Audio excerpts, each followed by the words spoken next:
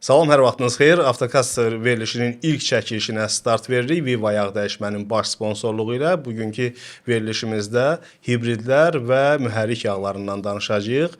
Qonaqlarımız var. Natiq İsmailov, Viva yağ dəyişmənin baş sponsorumuzun baş meneceri. Xoş gəlmisiniz. Çox sağ olun, xoş gördük. Və Marat Namazov, As Motorsun marketinq direktoru. Xoş gəlmisiniz. Xoş gördük Elgün bəy sizi.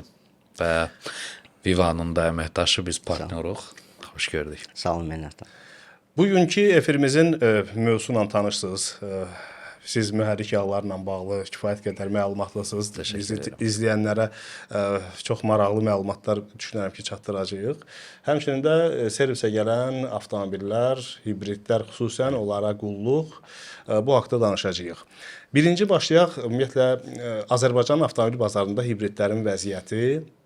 Son ildə kifayət qədər hibrid avtomobillər idxal olundu. Düzdür, 2026-cı ildə bu temp biraz aşağı düşdü, amma artıq bazar hibridlərlə doldu demək olar. Bu da özün hibrid avtomobillərin həm də mühərrik yağına, digər yağlar texniki mayeləri olan tələbində özünü göstərdi. Hibrid avtomobillər əsasən də yağ dəyişmə servislərinə hansı məsələlərlə bağlı, texniki işlərlə bağlı müraciət edirlər? Ümumiyyətlə belə deyim də, yəni texniki məsələlərlə hələ olmayıb. Ən çox misal üçün onlarda batareyalarında problem ola bilər. Əsasən mühərrik yağının, bəzən də yada düşəndə sürətlər qutusunun yağının dəyişdirilməsini görürdüm. Körpü yağları yaddan çıxırdı, digər texniki mayelər yaddan çıxırdı. İndi müasir avtomobillərdə və yeni sürücülər, hibrid avtomobillərin sürücüləri avtomobildə texniki qulluqla bağlı nə qədər həssasdır? Ümumiyyətlə belə deyim də, fərq çoxdur. Əvvəlki maşınlara baxanda, misal üçün fərq çoxdur. Çünki çox insan, yəni bunu belə deyim də sizə, daha çox həssasdırlar. Həssasdırlar. Bəli, həssasdırlar və qorxurlar. Və bu həssaslıq sadəcə qorxudur, yoxsa hər bir avtomobil markasının özünün reqlamenti var, texniki qulluqla bağlı reqlamenti və bu reqlamentlər adətən rəsmi idxalçılarda olur. Avtomobil rəsmi idxalçıdan almayan və yaxud da alıb orada qulluq etdirməyən adamlar o reqlamentdən bir növ biraz xəbərsiz olurlar. İxtisaslaşmış, yəni Viva yağ dəyişmə kimi öz işinin üzərində möhkəm dayanan servislərdə o reqlamentə uyğun mütləq tövsiyələr olur ki, bax bu yağlar texniki mayələrin artıq vaxtı gəlib çatıb. Yəni burada sürücünün sadəcə qorxusu var, yoxsa o reqlament üzrə mütləq yağların texniki mayələrin dəyişdirilməsinin üzərində əsir? Belə deyək də, yəni sürücü çox tərəddüd eləyir, misal üçün. Amma belə deyim, ümumi baxış olmalıdır və Vivada da özünüz bilirsiniz ki, 12 dənə etap olur. 12 dənə etapda və onu da sizin nəzərinizə çatdırmaq istəyirəm ki, 2 dənə də filialımızda bizim servis fəaliyyəti göstərir. Biləcəri filialı, Zabrat filialı. Ümumi maşın check-up olunur, deyilir. Yəni müştəri özü məsəl üçün görməlidir ki, bunu əyləc mayesi dəyişilməlidir, transmissiya yağı mütləq şəkildə dəyişilməlidir. Çox insan deyir ki, məsəl üçün yeni bir maşındır, bunu 10 mində transmissiya yağını dəyiş, yəni o elə deyil də. Yəni fərqli yanaşmalar var. Amma Viva yağ dəyişmənin bir üstünlüyü var ki, orada mobil aplikasiyada bütün servis tarixçəsi qalır. Əgər davamlı olaraq müştəri Viva yağ dəyişmə servislərinə müraciət edirsə, artıq o hardasa qeydlər aparmasına ehtiyac yoxdur. Bütün qeydlər, servis tarixçəsi nəzərinizə də çatdırım ki, yəni bizdə orada çox gözəl bir tətbiqdir. Demək olar ki, heç bir yağ dəyişmələrdə mən onu görməmişəm. Yəni ümumi orada rezerv olur, müştəriyə 5% kəşfiq verilir orada. Orada misal üçün qeydlər var, suallar verə bilərlər. Misal üçün öz filialların hamısında nə işlər görülür, hamısına baxa bilərlər. Yəni SMM var bizdə, misal üçün o geri dönüşlər eləyirlər, hamısında yüksək. Misal üçün rezerv elədirsə də, yəni o müştəri gözləməmə şərti ilə eyni saatda girməlidirsə. Əla. Hibrid avtomobillərə texniki qulluqla bağlı yağ seçimində mütləq siz tövsiyə eləyirsiniz və yaxud da yağ olmasın, antifrizlər, digər texniki mayələr. Yoxsa burada müştərilər artıq avtomobillər haqqında məlumatlıdırlar, onlar düzgün seçim eləyirlər? Mən belə deyim də, müştərini anlayışla qarşılayıram. Amma belə deyim də, məsələn, hər insan bir söz deyirsə də, bu bizim Vivaya gəlibsə də, bizdə peşəkar ustalar var. Yəni əlbəttə ki, biz tövsiyə eləyirik və zəmanətində veririk. Marat bəy, siz həm də Viva yağ dəyişmə ilə partnyorsunuz. Sizin bütün məhsullarınız Viva yağ dəyişmə mərkəzlərində var. Bazarın vəziyyəti necədir? Hansı avtomobillərə yağ texniki mayələr baxımından tələblər artıb və həmin satış həcmində hibrid avtomobillərin yeri nə qədər görünür? Ümumiyyətlə hal-hazırda belə deyək, tələb olunan qatılıqlara baxanda Yəni 5.30 və ondan aşağı tələblərdir. Yəni 0.16-lar, 0.20-lər daha çox tələb olunur və pay olaraq düşünürəm ki, hal-hazırda elə hibrid avtomobillərin payı daha çoxdur digər avtomobillərə baxanda. Çünki sürücülər onlara lazım oldu, olmadı, ekonom avtomobilə gedirlər. Bu da tamam ayrı bir maraqlı mövzudur. Necə ki biz lazım oldu, olmadı, əl boyda Bakımızda dizel mühərrik sürürük. Bakı şəhərinin içində adam var, baxırsan gündə 6 kilometr avtomobil idarə eləyir, amma dizel sürür. Azərbaycanda dizel İndi də hibrid həmən vəziyyətdə. Var, amma onlar köhnələrdir də, təzələr kimi onlar yoxdur. Koreyadan gələn avtomobillərin əksəriyyətini dizel sifariş verirlər. Hətta bu yaxınlarda bir dostumuz var, deyir ki, bir dizel Porsche olsaydı alardım. Yəni baxırsan adamın eyni qaydada da hibriddir əslində və bu qədər ehtiyac varmı hibrid avtomobillərə? Bu da bir sualdır əslində, amma böyük pay tutur bazarda. Siz hansı həcmli mühərrikli maşını sürürsünüz? 3.6. Ona görə qənaətdən danışmır da. As Motorsun marketinq direktoru qənaətin əleyhinə Qənaətin əleyhinə deyil. Sadəcə olaraq mənim gün ərzində 16 kilometr yol qət edirəm. Mən niyə qənaət düşünüm yəni? Mən isə gün ərzində, əslində məndə də hibrid deyil, daxiliyyə motordur. Gün ərzində mənim ortalama, yəni 50 kilometrdən daha çoxdur. Hər gün 50 kilometrdən daha çoxdur. Bu 60 da ola bilər, 70 də ola bilər, hətta bəzən 100 də olur. Həftə sonları daha çox olur. Həftə sonları məsələn 2 gün ortalama bu 300 kilometr aşır. Bu sürüşlə bəli hibrid seçmək olar, amma mənim ehtiyacım olmadığı halda və mən sizə deyim ki, mən şəxsən tanıdığım insanlar var ki, elə mənim kimi gün ərzində 10-15 kilometr yol qət edir avtomobillə və yenə də hibrid avtomobil idarə eləyir və özünə əlavə yanacağın xərclərində o qənaəti görür, amma digər ona lazım olmayan xərcləri görə bilmir. Məsələn, batareya və digər qulluq. Yaxşı, yağların texniki mayələrin təminatçısı kimi, bu As Motorsun nümayəndəsi kimi hibrid avtomobilləri kimlərə tövsiyə edirsiniz? Daha çox şəhər içində taksi sürücülərinə, daha sonra satış menecerlərinə, hansılar ki, onlar gün ərzində bəzən 70-80 kilometr yol qət edirlər Bakı şəhər daxilində. Gündəlik ən azı 40-50 kilometr üstü avtomobil idarə edən insanlar. Əslində mən biraz razılaşmıram, çünki burada ancaq sırf kilometraj yürüş götürülür də, amma hibrid avtomobillərin bir çox digər üstünlükləri var axı. Atmosferin daha az çirklənməsi falan bunları nəzərdə tutursunuz. Bu da ekologiya da ola bilər, amma ən çox avtomobil idarə edərkən o elektrik mühərriklərinin torqu həmən verə bilər də. Yəni siz o sürətlənmə həzzini hibridlərdə daha ala bilirsiniz. Hətta o Priuslar ilk dəfə ölkəyə təzə gəlməyə başlayanda adamlar dedilər ki, nə gözəl. Bu 5 litrlik mühərrik, daxiliyyə mühərriki 3.6 motorları ilkin sürə, o svetofor yarışında gerdə qoyur. Yəni nə qədər lazımdırsa bilmirəm sürücülərə bu məsələ, amma mən məsələn Amma idxal olunan yağlarda, texniki mayələrdə artıq kifayət qədər vəziyyət dəyişib. Yəni daha çox hibrid avtomobillərə tələb olan yağlar hal-hazırda daha çox satılır və bunun da səbəbi odur ki, bazarımızda hal-hazırda daha çox hibrid avtomobillərdir. Azərbaycanın ümumi avtomobil parkında təxminən 2 milyona yaxın nəqliyyat vasitəsi var. Bunların təxminən 1,9 milyon desən aşıb artıq. Onların 1,6 milyonundan çoxu mini avtomobillərdir. Yerdə qalan texnikalar. Və yerdə qalanı artıq yük maşınları, avtobuslar, motosikl çox az saydadır. Məsələn, mən təxminən Azərbaycan ərazisi təxminən yaxın olan ölkələr, Avropa ölkələrindən, belə deyək də, Avropanın kasıb ölkələrindən Yunanıstan əhalisi təxminən 10 milyon ətrafındadır. Orada yük avtomobillərinin, kommersiya maşınlarının sayı qat-qat çox idi. Təkcə motosikillərin sayı bildiyim qədər 2 milyonu aşırdı. Və nəqliyyat parkı daha böyük idi. Amma Azərbaycanda yəni bizim bu 1,6 milyon, 1,7 milyona yaxınlaşan mini avtomobillərinin güman edirəm ki, hələ ki çox az hissəsi hibridlərdir. Bu daha Çox az deyərkən yəqin ki, bu 20%, hətta 15% bəlkə aşmaz. Bu daha çox sürücülərin, həmin ölkədə sürücülərin vərdişləri, yol infrastrukturu, bir də dövlətin iqtisadiyyatına bağlıdır da. Yəni burada motolar daha çox olacaq, yoxsa biz biraz motosiklet yolu düzəltmişik, daha doğrusu velosiped yolu. Bilmirik velosipedə yol verək, bilmirik skuterə yol verək, bilmirik kimə yol verək. Yəni siz təsəvvür edirsiniz. Qaydalar kimə yol verməyi deyirsən, ona yol verməliyik. Bilirsiniz məsələ nədir? Motosikletçinin nömrəsi yoxdur, ona cərimə yazılmır. O velosiped yoluna girir, velosipedçi mənim yoluma girir.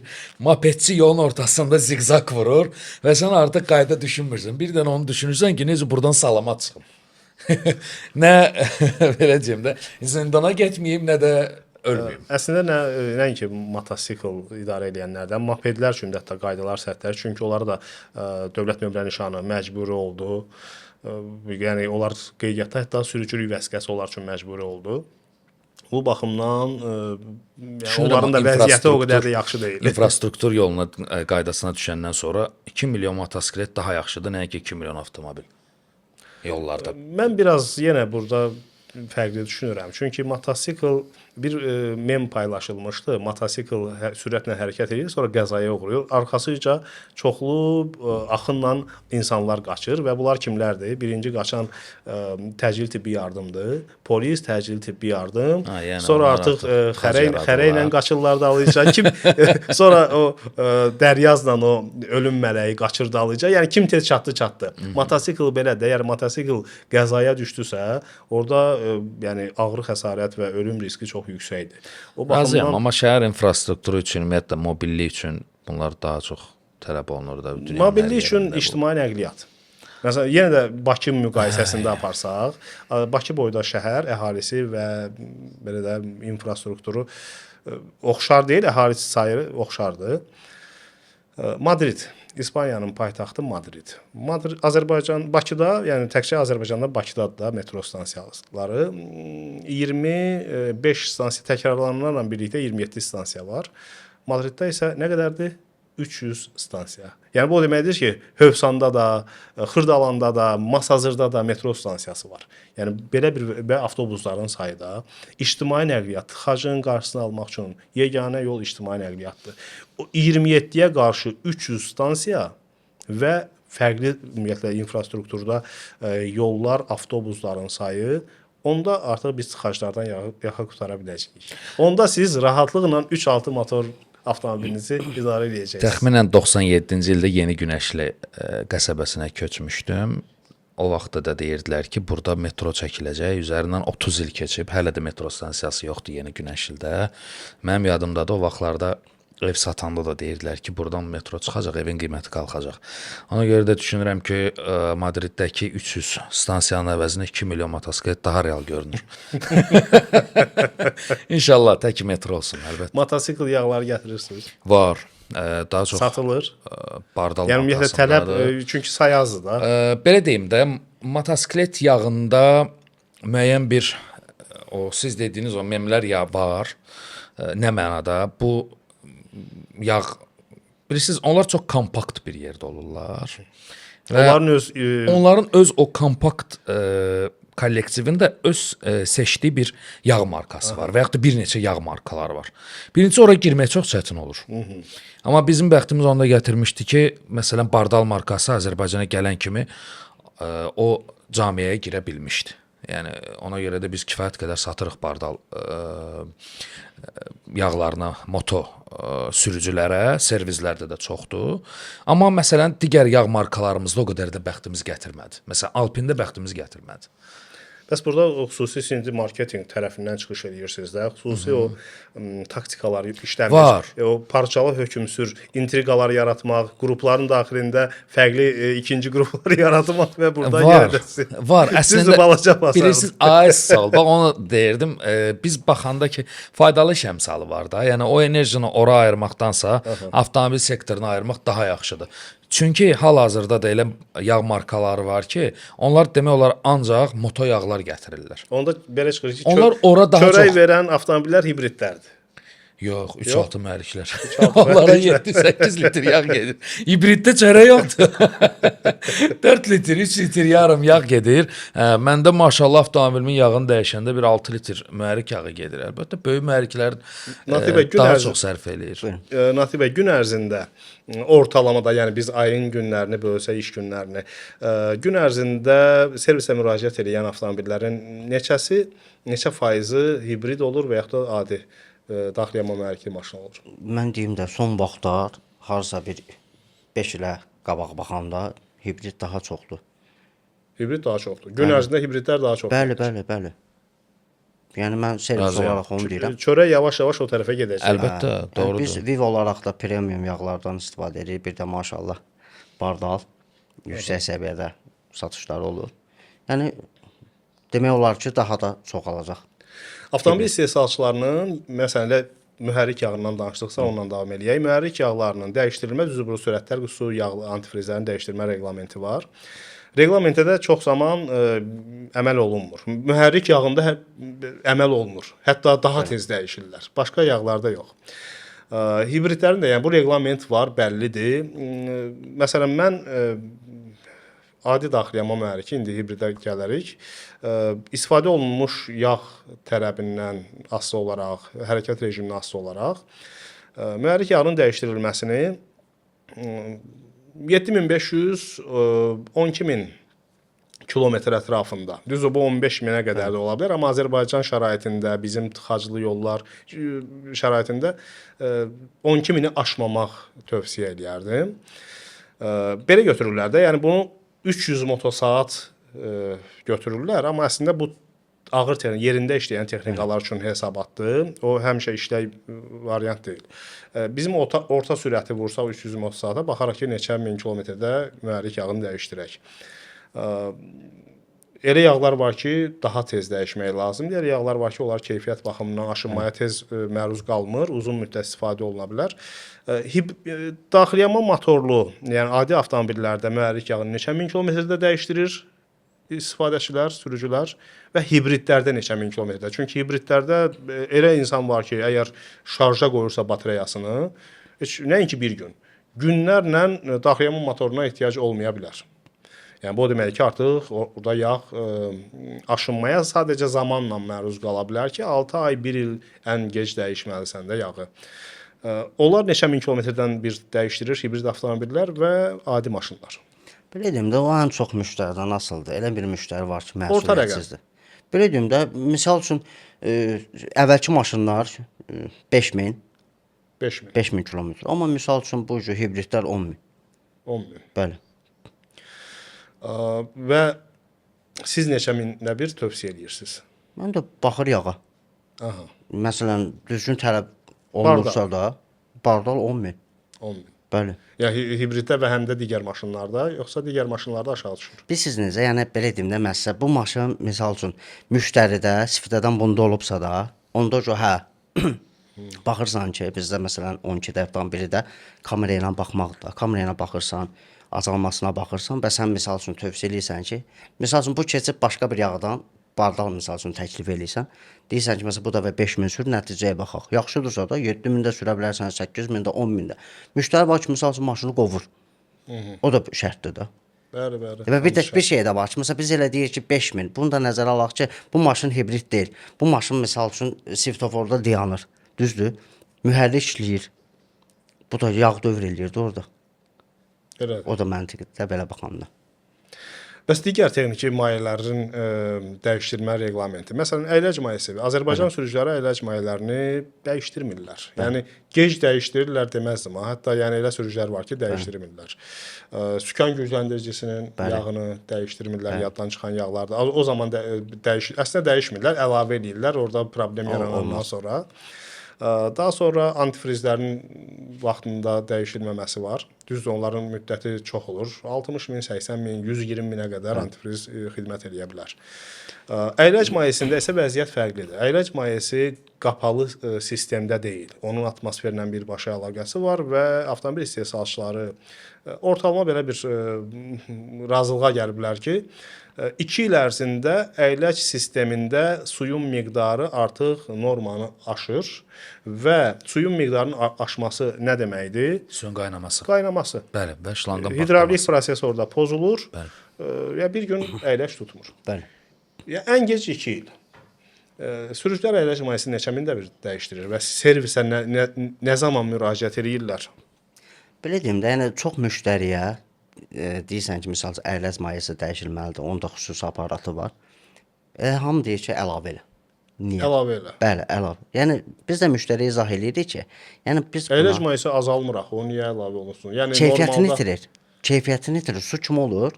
Misal üçün aparatı saldıq, deyirik ki, məsələn orada işıqlar var da, qırmızı olur, bərbad bir vəziyyətdə və insan əlvi salsan belə görürsən ki, sudur. Deyir, yox, əlavə eləmişəm. Deyirəm, əlavə eləmək lazım deyil. Ümumi bu sistemdən çıxartmaq lazımdır. Yəni yaxşı qatqısı olsa əyləc mayesinin 37500, yəni belə deyim də, necə ki transmissiya ayağında 60000 qarantiya versənsə də, bunda da 37500 yəni sürə bilər. 2 il əslində belə də avtomobil istehsalçıları ortalama il ərzində orta statistik rəqəm olaraq bir avtomobilə 20 min kilometr yürüş təyin edirlər. Az da ola bilər, çox da ola bilər. Yəni orta rəqəm 20 mindir. Zəmanəti də buna uyğun avtomobillərə adətən belə verirlər. Yəni 2 il, yəni 40 min kilometrdən bir ən geci əyləc mayesi dəyişdirilməlidir. Mütləqdir. Həmin mayələrin əyləc mayesi, antifrizlər bu bazarda vəziyyət necədir? çox bərbad. Satılmır. Satılmır. Real deyirəm sizə. 4 axırıncı da nə vaxt almısınız Bardaldan? Unudublar. Real da, yəni əslində çox yaxşı tandem qurmusunuz. Biz onlara məhsul veririk, onlar sonuncu müştəri ilə çalışırlar. Biz məhsulun dövriyyəsindən anlayırıq ki, yəni hərəkətindən bazarda nə baş verir. Yəni hal-hazırda nilikvid yağlar, mayelər sırasındadır əyləc mayesi. Maraqlı bilirsiniz nədir? Mən düşünürəm ki, mən bunun əsas səbəbləri nədir bilirsiniz? Hər şey tövsiyə, texniki, belə deyim də, məsələlərə bağlı olmamalıdır həm də. Biraz da işin içinə marketinq və satış mütləq girməlidir. Mən sizə deyim səbəb nədir? Marketinq satışı zaten işin içindədir. Girməyib də. Girsə, bax mən sizə deyim, girsə əyləc mayesinin məhsulu başlayacaq işləməyə. Ustalar ustadılar, amma menecer deyillər. Gün ərzində, bax günün sonunda biz bölsək ki, biz bir avtomobilə heç nə yox. Bax məsələn tutalım, bir yağlama aylıq 60 min dövrə eləyir, düzdür? O fikirləşəcək ki, mən daxil etdiyim 10 avtomobildən 100% 5-ində əyləc mayesi dəyişilməli idi, 100%. Çünki biz onsuz da bilirik ki, bu da baxın mənim dövrəyəm nə qədər eləyəcək onda. Bu həm sürücüyə vacibdir, həm mağazanın sahibinə və yaxud da yağlamanın sahibinə vacibdir, düzdür? Biz qarşımıza hədəf qoyanda ki, biz bu ay 200 dottor satacağıq, biz onu satarıq. Sadəcə o hədəf bizdə yoxdur. Biz özümüzü vermişik sürücünün ixtiyarına və oturub deyirik ki, əyləc mayesi dəyişən yoxdur. Necə edək ki, dəyişsinlər? Mən bunu yağlamanın yerinə eləyə bilmirəm. Yaxşı, təqsir kimdədir? Yağlamadadır yoxsa Təqsir sizdədir? bilirsiniz kimdədir? Yox, mən sizə deyim. Təqsir o. Mən hər zaman deyirəm ki, biz indi məsələn markalaşmış yağ dəyişmə yarandı. Əvvəllər elə deyildi. Mən həmişə deyirdim ki, bu bazarın bir dənə problemi var. Biz biznesmenlə işləmirik, biz usta ilə işləyirik. Biznesmen biznesmeni anlayır. İşin biznes tərəfində anlayır. Usta isə bu məcbur deyil, həm işin biznes tərəfini anlasın, həm də texniki tərəfi anlasın. Belə olanda bu inkişaf olmur və ona görə yağ dəyişmə markalaşdı da. Viva yarandı, digərləri yarandı və orada menecment, qatqı satışı, əyləc mayesi satışı, antifriz satışı və digərlərini manipulyasiya etsə, məsələ o deyil ki, bu lazım deyil, amma biz bunu satırıq. Yox, bu lazımdır. Biz faktiki olaraq bilirik ki, Azərbaycan sürücüsü bundan əziyyət çəkir də. Bu soyuducu mayəni dəyişmir, əyləc mayesini dəyişmir. Bu adam belə deyim, sükan mayesini dəyişmir. Bunu elə etək ki, dəyişsin. Amma biz nə edirik? Biz əlavə edirik. Etaplarda nə var? Falan şeyin əlavəsi, bənmən şeyin. Qardaş, niyə əlavə edirsən? Ha bu dəyiş də bunu. Bu artıq 2008-in avtomobili Toyota Prius. Heç vaxt deməli şey dəyişməmişdi. Sükan mexanizminin yağı dəyişməmişdi. Tanınmış bir yağ dəyişmə mərkəzindəyəm. Belə etaplardır. Dayanmışam belə baxıram, yağ dəyişmə ustası yağ əlavə eləyir. Deyirəm ki, qardaş, yağ nə vaxt dəyişilib orada? 800 qram da əlavə elədi ya yağ mayası. ATF 6 səhv etmirəmsə əlavə elədi ora. Deyirəm ki, ümumiyyətlə dəyişib o. Deyir, yox, sadəcə azalıb ona görə əlavə eləmiş. Bəs deyirəm ki, okey də, yəni başa düşdüm. 800 qram sən əlavə etdin. Buna görə heç bir əlavə ödəniş almadın. Bu sənin markanı daha çox önə çəkdi və digər yağ dəyişmələrdən fərqləndirdi. Amma biz buna yağ da sata bilərdik axı. Ki satmalıydıq əslində. Bəs niyə sata bilməzdi? Mən onu soruşuram. Təqsir kimdədir Marat bəy? Strategiyada. Yağ dəyişmə mərkəzlərindəki strategiyalarda. Müştəri ilə birbaşa kontaktda siz də bəzən ola bilərsiniz, amma deyilsiniz, bəzən ola bilərsiniz. Amma daha çox yağ dəyişmə mərkəzləri, ustaları, servis qəbulçuları onlar kontaktdadır. Bugün baxın mətbəxi deyim də sizə. Restoranlar nədən qazanır? Hər birimiz bilirik. Salat, turşu, sok. Ha, belədir. Mən çox istəyərdim ki, bu aksesuarlar yağ dəyişmə mərkəzlərində gəlsinlər və yağ dəyişmə mərkəzləri tam olaraq anlasın ki, çox böyük qazanc əslində hal-hazır tələb və qazanc, tələb və qazanc. Məsələ manipulyasiyadan getmir. Bu sürücüyə lazımdır bu antifriz, bu sürücüyə lazımdır bu qatqı və bu sürücüyə lazımdır əyləc mayesi. Asmotorsun marketinq direktoru artıq Viva yağ dəyişmənin Bostonuna bir daş göndərdi. Çünki Vivadan söhbət getmir. Yox, əksər yağ dəyişmə mərkəzlərində belədir vəziyyət. Bütün yağ, yəni yağ dəyişmə mərkəzlərinə əslində qalsa bəli. bir mesaj göndərdi ki, siz satmırsınız. Bəli, satmırlar.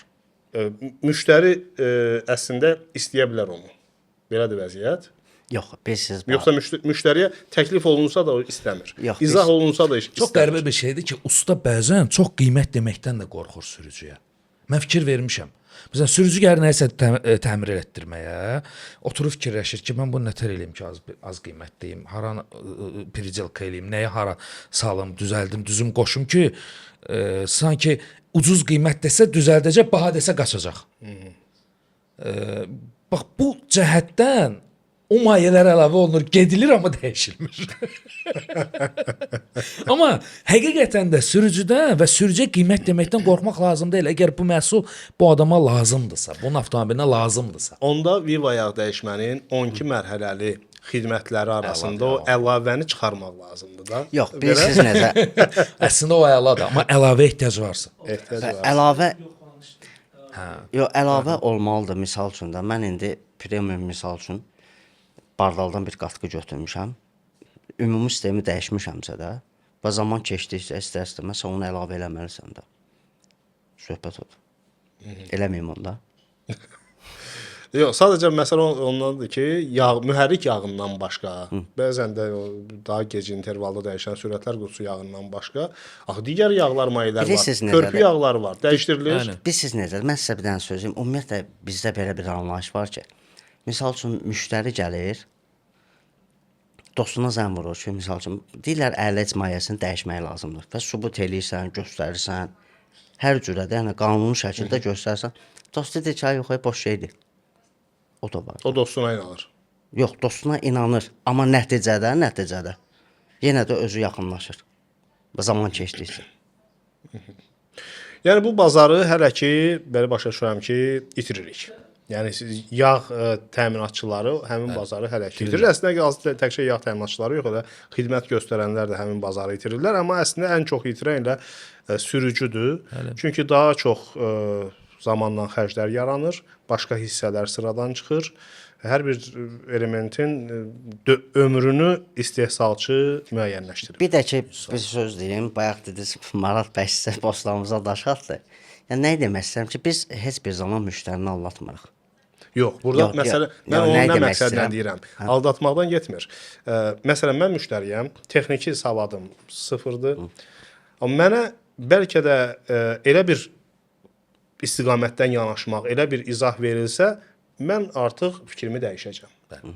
Yəni Marat bəy də mən o sözü ona görə dedim ki, Marat bəy də yağ dəyişmə mərkəzləri, servislərə bir növ daşı belə atdı ki, onlar düzgün texniki izahı verə bilmirlər müştəriyə. Ona görə sata Və bilmirlər. mütləq onun yanında satış və marketinq strategiyası olmalıdır Elgün bəy. Mütləq olmalıdır. Çünki hər şey maarifləndirməklə bitmir bu günləri. Yəni informasiya o qədər çoxdur ki, maarifləndirməklə də təəccübləndirmək və insanlara təsir etmək olmur. Ortada mütləq satış və marketinq strategiyası olmalıdır. Hədəf olmalıdır. Mən bu günləri tam əminliklə deyirəm ki, əksər yağ markalarının anbarlarında nelikvid məhsullardan sayılır əyləc mayeəsi. Niyə? Axı bu tələbli bir məhsuldur. Yəni bunu biz məsələn distributorlar heç bir şəkildə özümüz sata bilmirik də. Bunu bizim çalışdığımız satış nöqtələri satmalıdır. Yəni təsəvvür edin ki, 5.1 tələbinə belə cavab verən bardalda əyləc mayesi var ki, nelikviddir hal-hazırda. Yəni amma ehtiyac varmı? Var. Yox, mən nə demək istəyirəm ki, məsələn biz Viva olaraq 5 il ərzində 10 filialdır. İnşallah məsəl üçün çox yerlərdə olmayan, məsələn, işlərə, imzaları biz atırıq. Bu həqiqətdir də, yəni. Bir də ki, məsələn, taksi parklardır, xüsusi məsələn, ən çox məsələn taksi parklardandır. Belə deyim də, o əyləc mayesidir, məsələn, transmissiya yağlarıdır. Özəl sahibkarlı misal üçün o deyir ki, məsələn, bunlar dəyişilməlidir. Yəni, amma şəxsi maşın olanda o biraz məsuliyyətsizlik olur, onu deyim sizə. Amma o taksi parklarda ən çox məsələn, Viva olaraq biz əyləc mayesidir, antifrizlərdir, transmissiya yağı. Yəni əslində qalsa bazar yavaş-yavaş formalaşır, daş qayıtdı geri. Bilirsiniz necədir? Sadəcə burada təminatçılar, yəni məhsul təminatçıları da bir növ əlləri cibində olmalıdır ki, daha uyğun şərtlər, kampaniyalar yaratsınlar. Yox, mən bir də üzr istəyirəm, sözü kəsəm. Mən bayaq Marat bəy dedi ki, misal üçün əvvəl necə idi?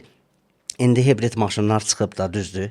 İndi alışmaq söhbəti var da. Sən nə qədər deyirsən ki, məsələn, əyləc mayesi dəyişilməlidir. Bu anlamır da. Zaman keçdikcə ona tələbat var. Mən şəxsən deyirəm ki, buna bir zaman lazımdır ki, bu bilsin ki, əyləc mayesi dəyişilməlidir. O necə hibridə alışdığımız kimi, onlara da alışmalıyıq.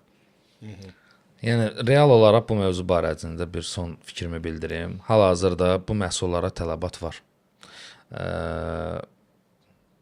İstər əyləc mayesinə, istər belə deyim də körpü yağına, istər sükan mexanizminin yağına ehtiyac var.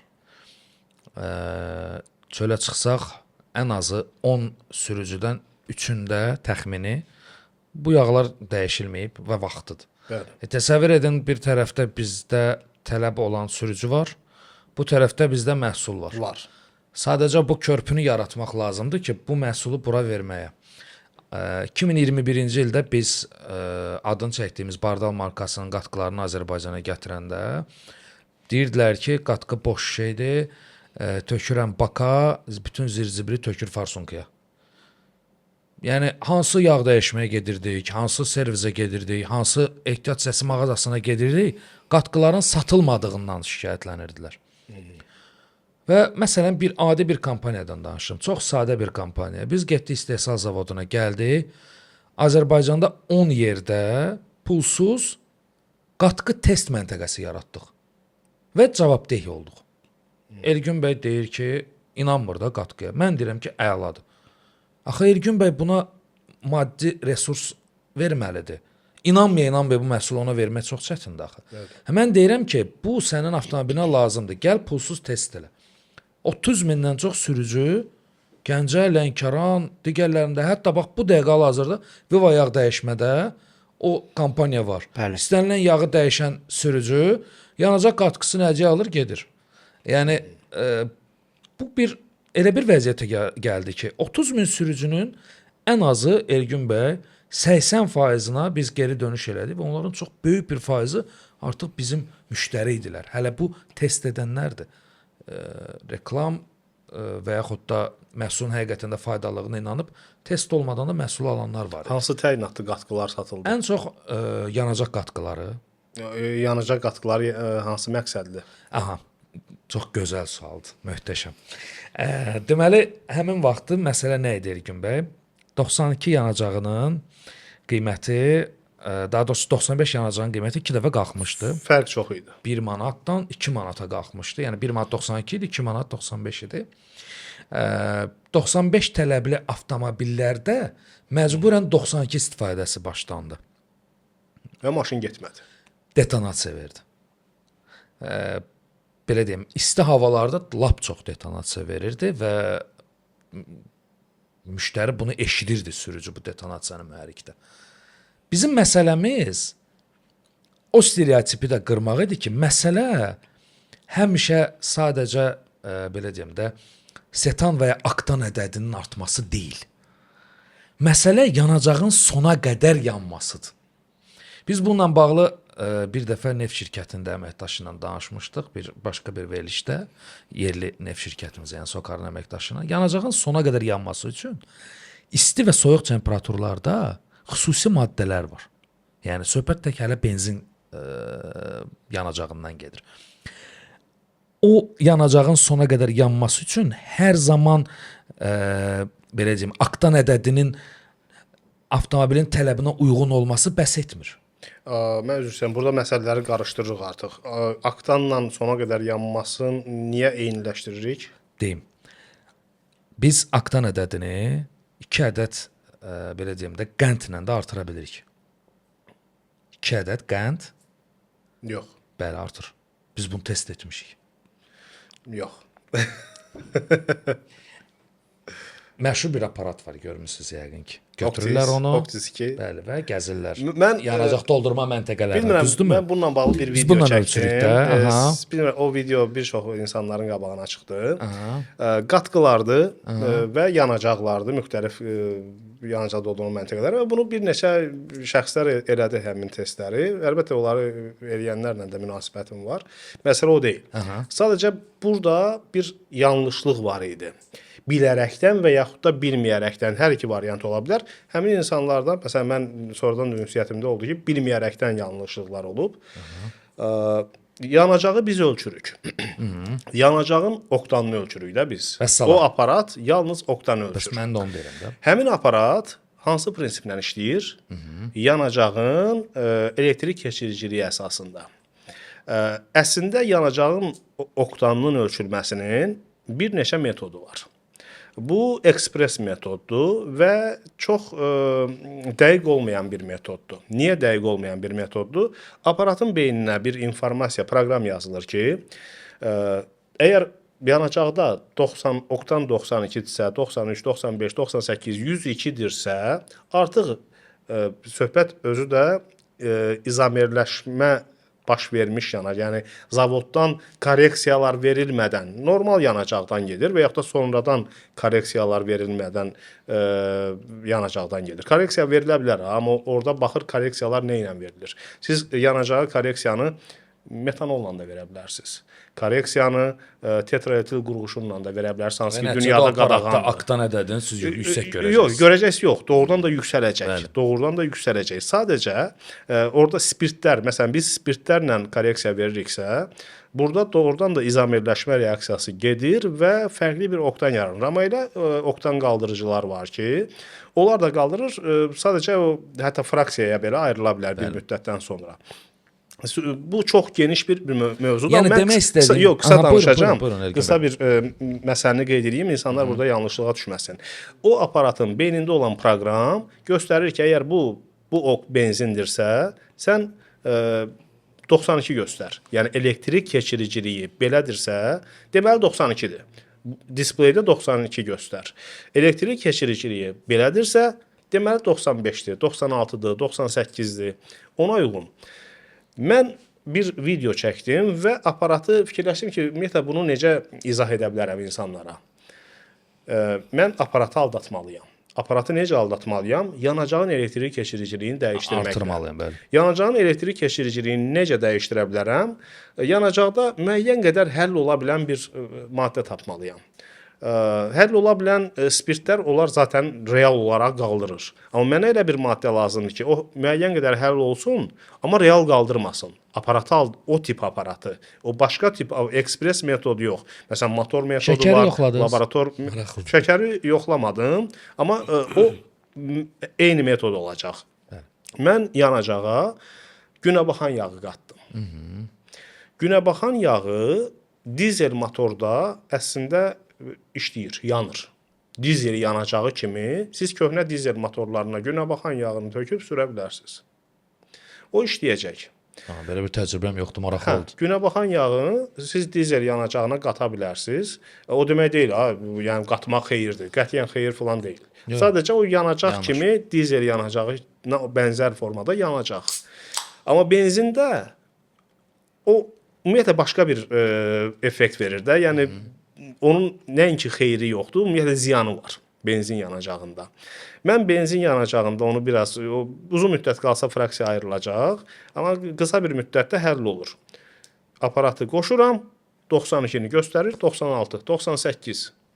Baxır hansı həcmdə qatıram. Oktanı artırdı. Əmər displeydə artırdı. Real artırdı mı? Artırmadı. Artıq o yanacaq yanmağa, ümumiyyətlə maşında istifadəyə yararlı deyil. Bəli. İndi qənd də aparatı aldadacaq. Bəli. Amma o oktan artmayacaq. Yəni məsələmiz nə idi bizim? Əsas sürücülərə göstərmək istədiyimiz o idi ki, məsələ sizin yalnız aktan arxasınca düşməyiniz deyil. Məhsul elə bir formada çalışmalıdır ki, əslində o məhsul nə edirdi? 1. Yanacağın sona qədər yanmasını təmin eləyirdi. Yəni yanacaq sona qədər yanırdı. Yanma belə deyim də, bucağı daha çox artırdı. Yana bilər, Bəli. amma burada başqa bir çox vacib məsələ Detonasiyanı var da. sürücü konkret olaraq hiss etmirdi. Yəni Orada detonasiya aradan qalxırdı. Əgər detonasiya hiss etmirdirsə, orada artıq avtomatik olaraq oktan artmış olur. Sadəcə yanacağı Yalnız oktan artmır. ola bilər. Bir çox funksiyaları var idi. Var daha doğrusu. Çünki bu detonasiya nədir? qatqının Gəlin belə bizi izləyənləri belə izah düzgün olmayan edək də. alışma. Detonasiya Vaxtından yanacağın yanmaya qarşı dözümsüzlüyüdür. Yəni vaxtından tez alışır. Bəli, vaxtından Benzin tez mühərriki necədir? Benzin mühərrikində Porsche silindr daxili bu qaz ayında injection ola bilər və s. və axır. Yəni Porsche yuxarı ölü nöqtəyə çatıb o sıxmanın ölü nöqtəsində, yuxarı ölü nöqtəsində o şamın qığılcımını gözləməlidir. Bəli. Amma yuxarı ölü nöqtəyə çatmadan artıq oradakı isti Qeyri-müntəzəm- temperaturda, mühitdə yanacaq başlayır yanmağa. Yəni Porsche yuxarı qalxır, orada belə rabitəsiz, nəzarətsiz alışmalar yuxarı qalxmaq istəyən Porsche-ni aşağı itələyir. Bəli. Bu da olur detonasiya, yuxarı dövrlərdə isə artıq mühərrikin məhvi. Və fikrimi çatdırım. Demək istədiyim o idi ki, həmin vaxtda çox mənfi, yanlış fikirlər var idi. Burada həm reallıq var idi ki, bizə qədər keyfiyyətsiz qatqılar çox gəlmişdi, həqiqətən də problemlər yaratmışdı və biz hər kəsə, bütün sürücülərə, avtomobilin modelindən, markasından asılı olmayaraq hər kəsə önünü açdıq ki, inanmırsınız, yaxınlaşın test edin. Və adamlar test etdilər. Hal-hazırda hər kəs razılaşar ki, bu bazardan biraz da olsa anlayışı olanlar ki, Bardal bugün ən çox qatqı satan markalardan biridir. O zamanlarda nəyə ki tələb var idi? Ümumiyyətlə davam narazılıq edir var qatqı idi. tələbi. Bəli. Davam edir. Bəli. Bizim daimi müştərilərimiz var və belə deyim də Vivada qatqı satışından bunu təsdiq edə bilər. Hibridlər qatqı alır. Bəli, alır. Onlar daha çox full metal alırlar, ya elektrik alırlar. Mühərrik yağı Mühərrikin üçün. qorunması üçün bəli. Aha. Yanacaq qatqısı almırlar. Alanlar var amma daha çox Mühərrik yağı keyfiyyətlidirsə, hər ikinizə bu sualı verə bilərəm əslində. Mühərrik yağı qatqısına ehtiyac var. istəyərdim birinci Viva cavablasın, mən sonda fikrimi bildirim. Buyurun. Məncə yox. Mən sizin yerinizdə olsaydım belə deyərdim. Çox gözəl bir keks var, O qəşəng. amma onun üzərinə bir başqa bir meyvə də qoyuruq. Biz Əslində biz qalsa o meyvəsiz də. aldanmayaq da. Əslində qalsa o Onun öz- meyvəsiz də o keks gözəldir.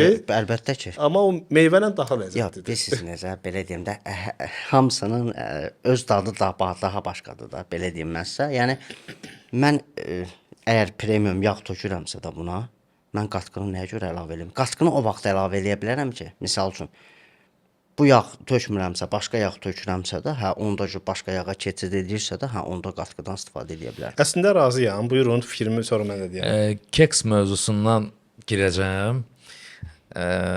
Siz bir yemək bişirirsiniz tavanın üzərində. O yeməyi istənilən yağla bişirə bilərsiniz də. Yəni söhbət mətbəx yağından gedir, düzdür?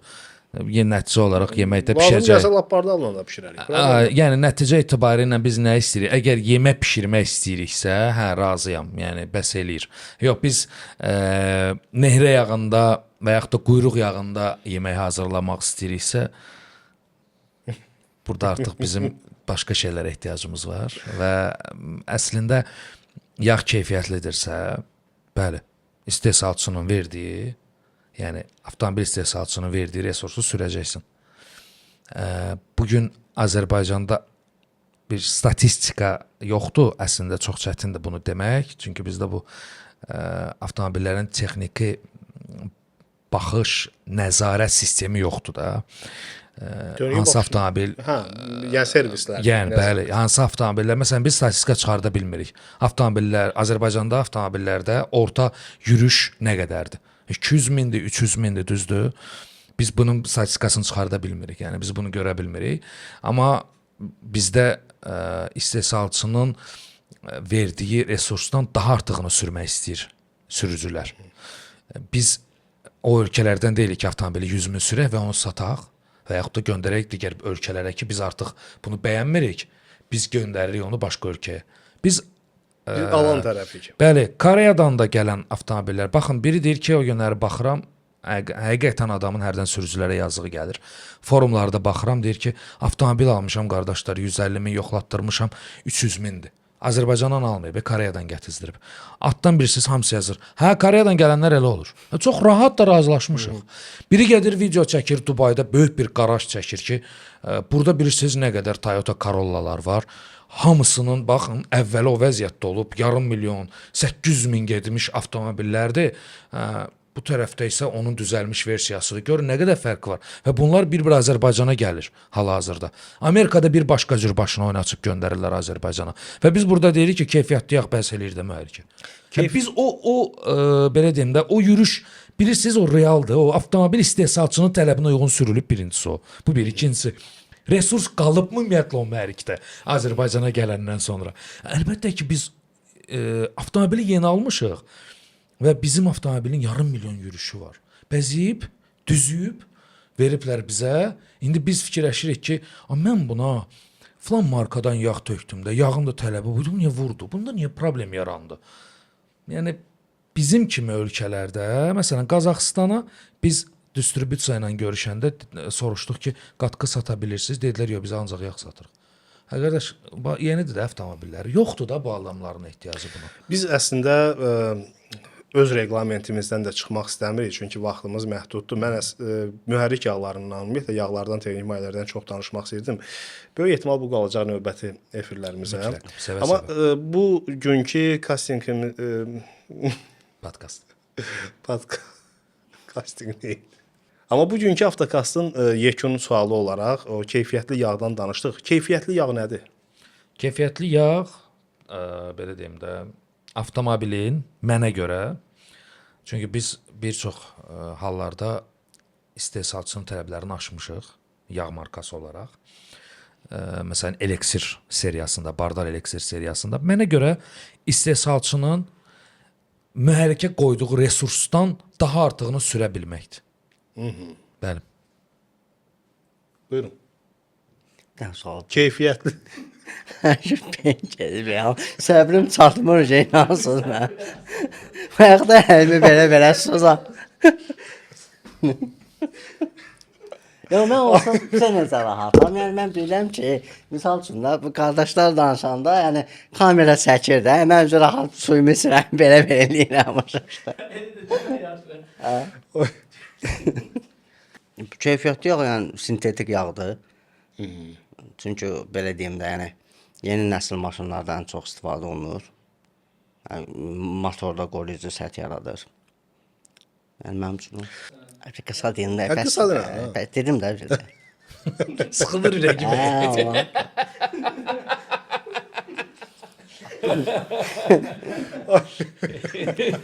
O qədər danışdım. Ne diyeyim başıma döneceğim. Sen bir daha sağ verirsen sakıp gelirsen. Yekunlaşdırırıq. Keçək başqa suala. Natiq bəy sonda o çox intriqalı yerə gəldi. Sintetik yağların keyfiyyətli yağ olması. Bu çox geniş mövzudur. Bunu başqa bir verilişimizdə məncə mütləq danışacağıq. Çox sağ olun. Təşəkkür edirəm hər birinizə. Düşünürəm ki, bizi izləyənlər üçün maraqlı bir avtokast oldu. Bugünkü qonaqlarımız Viva yağ dəyişmənin baş meneceri Natiq İsmailov və Asmotorsun marketinq direktoru Marat Namazov idi. Təşəkkür edirəm hər birinizə. Çox sağ olun Ergün bəy. Sağ olun. Sağ olun. Avtokastın növbəti buraxılışında görüşənə qədər bizim fərqli mövzularda fərqli qonaqlarımız da olacaq və ümid edirəm ki, eyni tərkibdə də görüşəcəyik. Hələlik.